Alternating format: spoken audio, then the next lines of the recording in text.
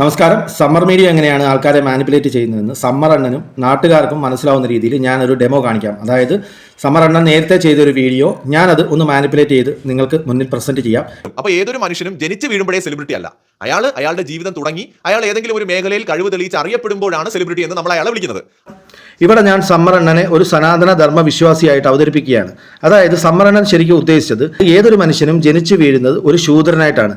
പിന്നീട് അവരുടെ ഗുണഗണങ്ങൾ കൊണ്ടാണ് അവൻ ബ്രാഹ്മണ, ക്ഷത്രിയ, വൈശ്യ, ശൂദ്ര ഈ 4 വിഭാഗത്തിലോട്ട് പോകുന്നത് എന്നുള്ള രീതിയിൽ വളരെ കൃത്യമായിട്ട് ഞാനിവിടെ നിങ്ങൾക്ക് മാനിപ്പുലേറ്റ് ചെയ്തത് കണ്ടോ?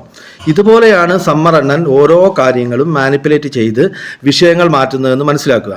ഇനിയിപ്പോൾ സമ്മർ അണ്ണൻ ഇന്നലെ മാനിപ്പുലേറ്റ് ചെയ്ത വിഷയം ഞാൻ കൃത്യമായിട്ട് അവതരിപ്പിക്കാം. ഷാനവാസിനെ പുറത്തു പോകാനായിട്ട് നോമിനേറ്റ് ചെയ്തിട്ട് അതിനുശേഷം അദ്ദേഹത്തെ സേവ് ചെയ്യാനായിട്ട് ഇറക്കിയ നന്മമരത്തിന്റെ കാർഡ് കയറി വിട്ടു. അങ്ങനെ അനീഷ് മുഴുനീളെ ഇന്നത്തെ എപ്പിസോഡ് ലാലേട്ടന്റെ അടുത്ത് നിന്ന് നല്ലപോലെ വാങ്ങിക്കൊണ്ടിരിക്കുകയായിരുന്നു. അതായത് നേരത്തെ ഞാൻ സമ്മർ അണ്ണനെ ഒരു സനാതന വിശ്വാസിയാക്കി മാനിപ്പുലേറ്റ് ചെയ്തതുപോലെ ഈ വീഡിയോ സമ്മർ അണ്ണൻ നമ്മളെ മാനിപ്പുലേറ്റ് ചെയ്തതാണ്. യഥാർത്ഥത്തിൽ എന്താണ് സംഭവിച്ചത്? അവിടെ ഷാനവാസ് ചതിയനാണെന്നും അനീഷിനെ യഥാർത്ഥത്തിൽ ഒരു ഫ്രണ്ടായിട്ട് സ്വീകരിക്കുന്നില്ലെന്നും കാണിക്കാൻ വേണ്ടി അത് നമ്മളെയും ഹൗസിലുള്ളവരെയും ബോധ്യപ്പെടുത്താനാണ് മോഹൻലാൽ ആ ഒരു ഡെമോ ചെയ്തത്.